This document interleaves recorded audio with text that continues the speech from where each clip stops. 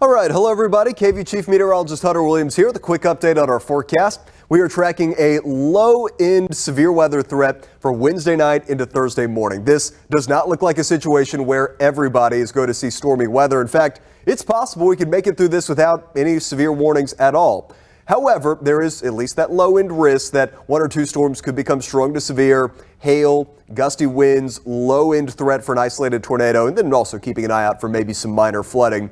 And in addition to the severe weather threat, just the timing is a little bit problematic. I think for the Austin area and the I-35 corridor, stormy weather could be moving through right in the core of the morning rush for Thursday morning. So with that, we'll get into kind of the broad view of the timeline. For the hill country, places like Llano and Fredericksburg, I've got midnight to 5 a.m. for your storm timeline. I want to stress this. There will be some rain outside of these windows, but this is when the core severe threat or strong storm threat will be. And then as we go to the I-35 corridor in the Austin metro, places like Williamson, Travis, Hayes County, even into parts of Blanco County, 4 a.m. to 9 a.m. is the general timeline. Again, right through the morning rush, this could be coming through. Then 8 a.m. into noon for our southeastern areas and the coastal plains. Then as we get past lunchtime on Thursday, stormy weather will be moving out. Okay, so here's the latest model data. I started at 11 o'clock and then we'll go into 1 a.m. So here's the time right here on the top right. First, it's going to be the hill country that gets more active. Llano, Mason, Gillespie County. Again, ahead of this, there's going to be some rain, maybe even some downpours, but that's not the core severe threat yet. Here's 4 a.m.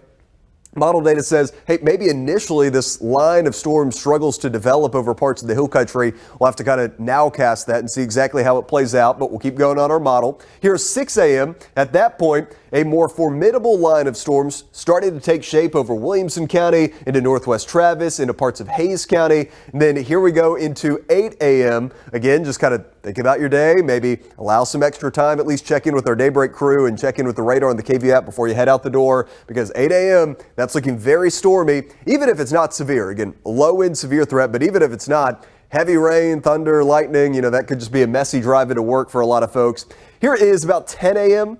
Lee County, Bastrop County, Caldwell County. Then for Fayette County as we go, like 11 o'clock, noon or so. And then once we get past lunch, that stormy weather is moving out. And this is a Pacific cold front. There is no cold air behind this system. In fact, our temperatures actually trend the other way. We're going to get really warm this weekend. I have high temperatures for Thursday afternoon, upper 60s, low 70s.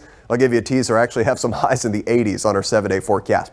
Severe weather threat. Again, it's a situation where we need to watch things, but I'm not trying to say this is going to be the end of the world. It is, entirely possible we go through this and don't have a single severe thunderstorm warning issued, but it's also possible one or two of these storms could be severe and could cause a few issues here. So we've got a level 1, that's a marginal risk along west of I-35. This is for Wednesday night. Then we pick things up on Thursday from the morning into about lunchtime, where areas along and east of I-35 also have that level 1 out of 5 marginal risk for severe weather. So I've got all of the threats in the low category. Again, just trying to be transparent about that. I don't expect this to be a huge severe weather day, but could there be some strong winds?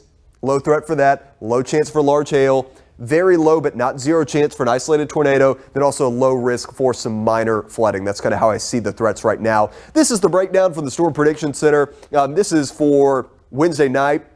Again, we don't see anything that's elevated, but low tornado, low hail, low winds. That first is across the hill country. Then as we go into tomorrow, so this would be through the day on Thursday, you can see as that threat shifts east, still there's that low tornado risk for areas along and east of I-35. Then it actually becomes elevated over parts of like the Houston metro into southeast Texas. Hail threat, similar deal. They've got that in the low, and then the wind, it does get elevated into parts of southeast Texas during the day on Thursday as well. So pay a little bit more attention to the forecast, especially if you live in those zones. That's where the severe threat is a little bit higher.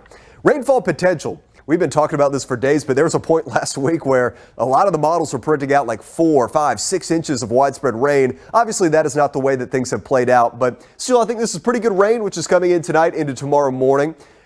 Generally, I think most areas end up 1/4 of an inch to 1 inch. Again, it's come down a little bit, but there's going to be some areas that get 1 to 3 inches of rain.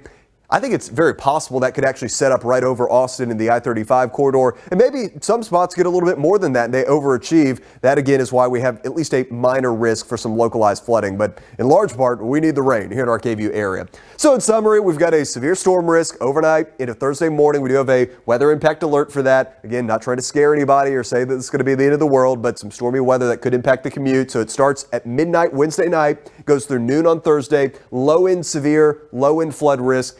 Some things to think about. Obviously monitor the forecast with us, but allow some extra time for the morning commute and, just check in with our morning team, or at least check in with the KVUE app and the radar tool there. Just make sure you're not driving anything crazy before you head out the door tomorrow morning. Just be aware weather will be a factor for the commute Thursday morning. So there it is. Storms moving through in the morning. Will clear out gradually through the afternoon. High of 70. Friday looks great. 71 and sunshine. Mornings are still in the 40s over the weekend, but look at these afternoons. Yeah, that's why we're calling it a little spring preview. Saturday 74, Sunday 78. I need to go back and look. I don't know when the last time Austin hit 80 degrees was, but I can tell you it's been a while, given we're in the end of January. 80 is what we have in the forecast for Monday. A little cooler, low to mid 70s in the forecast for Tuesday and Wednesday. All right, so that will do it for our update. In terms of coverage tonight, here on our KVUE YouTube page and all of our social platforms, we'll have the live streaming radar and live coverage. We'll probably kick that off around 11 o'clock or midnight tonight. That will run through the overnight hours. I'll be doing digital coverage until about 1:30. Then I'll hand things off with meteorologist Grace Thornton. She'll keep you covered through the rest of the overnight. Then KVUE News at Daybreak will start. KVUE News Daybreak will start at 4:30. That continues through 7. They'll obviously keep you updated as these storms roll through. So that's what we have for you. Y'all stay safe. Continue to monitor the forecast, and we will talk to you later.